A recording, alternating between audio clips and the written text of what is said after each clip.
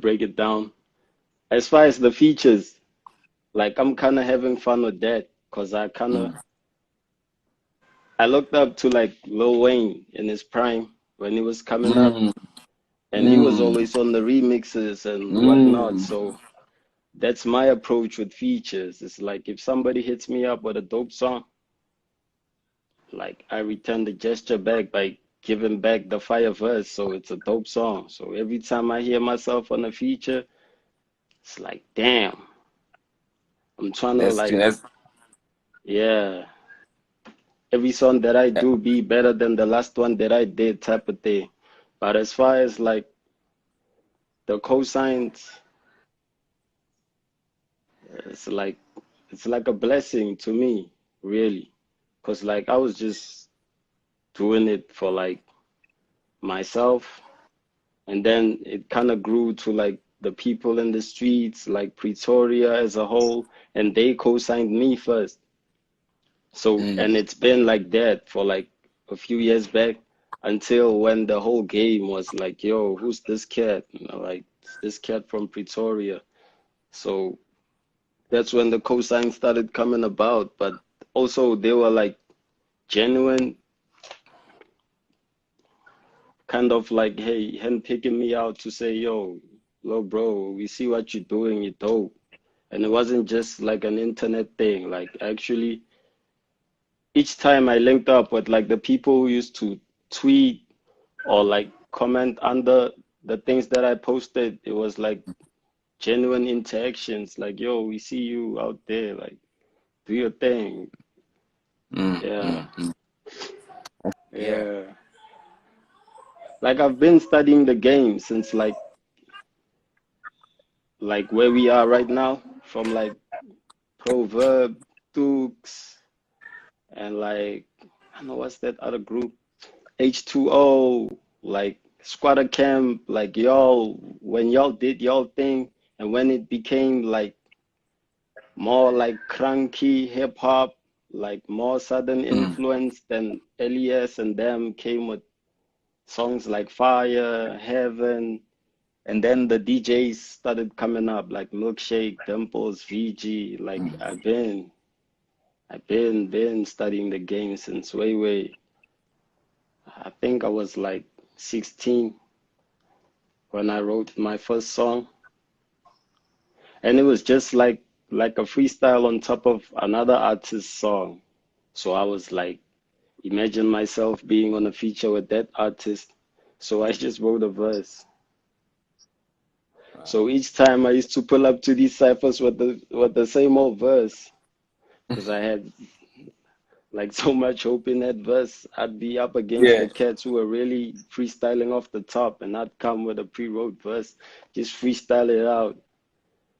I'd lose some battles, but they'd give me props for like the bars that I had from just that verse. Like, yo, we see you. Yeah, you coming with the bars type of thing. Like I used to even do things like that, like Cap City State Theater, like freestyling Battle Cats, like that type of thing. Until I was like, I used to only write lyrics in English, but like most people that knew me couldn't relate to like what I was talking about. Like, yeah, we hear you a dope rapper, but like, Joe, we got Lil Wayne and Eminem and like all these rappers like Jay-Z, 50 Cent giving us that. Like, Joe, give us something else. So, yeah. 25K. Oh, 1-2, stand up. You know it gets wild in the basement. The music is a vibe in the basement. Entertainment style in the basement. So dope, so good you can taste it. Pure heat, no cold in the basement. Motivate your soul in the basement. Entrepreneurship goals in the basement. You want some basement sound? Here, take this. Greatness. He says, number one, he basically says he did a lot of features and cosigns. That way, helping on the bandwagon on other people or other artists' fan base. When people collaborate or do features, they basically share in followers, fans, and growing one one another by sharing. So basically 2 is better than 1. So yeah, that's one thing that he has that helped. It's one thing that has helped him grow as a musician.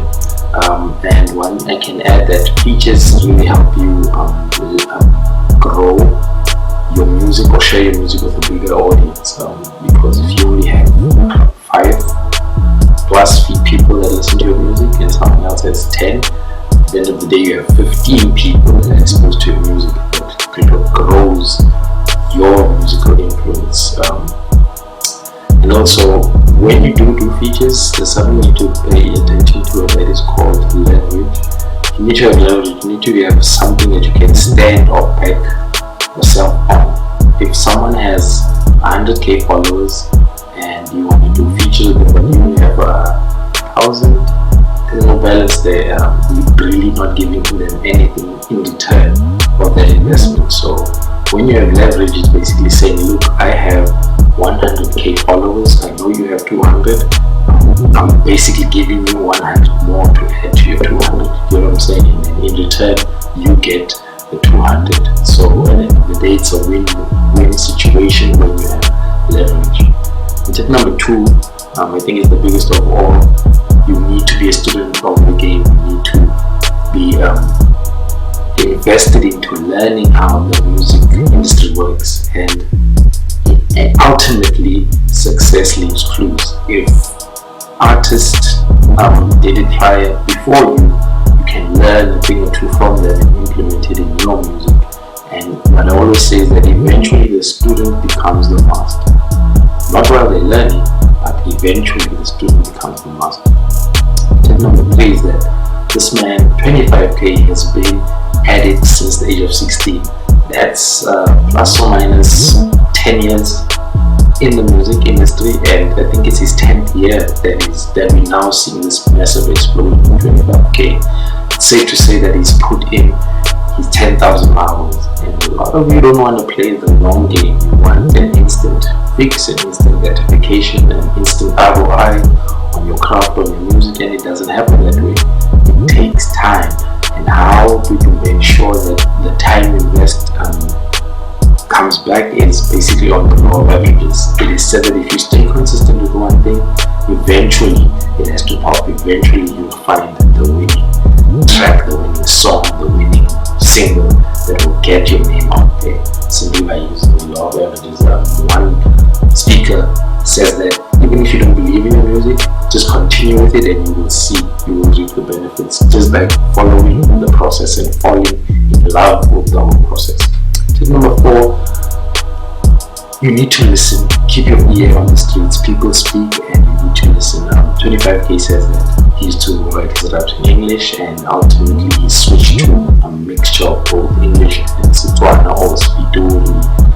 I don't know what they talk, but he speaks Speedoli. So he mixed those two worlds, and that grew his fan base even wider. When he listened to his audience, there was one thing that he had picked up, and that is either you adapt or you die. That's the whole music game. If you don't evolve, you dissolve. You get swallowed up, and next thing you know, we call you a one-hit wonder.